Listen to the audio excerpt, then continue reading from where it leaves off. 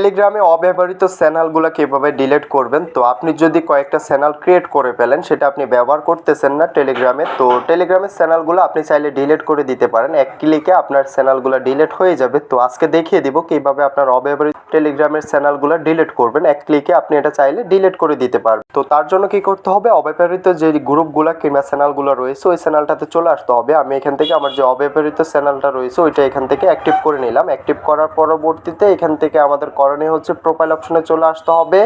তো প্রোফাইলে ক্লিক করে দেওয়ার পরবর্তীতে কর্নারে একটা প্যান আইকন পেয়ে যাব আমরা। তো এখান থেকে আমাদের প্যান আইকনে ক্লিক করে দিতে হবে। আমি জাস্ট এখান থেকে প্যান আইকনে ক্লিক করে দিলাম। প্যান আইকনে ক্লিক করে দেওয়ার পরবর্তীতে স্কিপ করে নিচে চলে আসবো।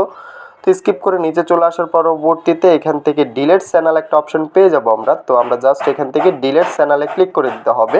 তো তার আগে বলে রাখি, যারা চ্যানেলে নতুন আছেন অবশ্যই চ্যানেলটা সাবস্ক্রাইব করে পাশে থাকা বেল আইকনটা প্রেস করে দিবেন এবং কি টেলিগ্রামের যে কোনো সমস্যার জন্য আমাদের সাথে যোগাযোগ করতে পারেন।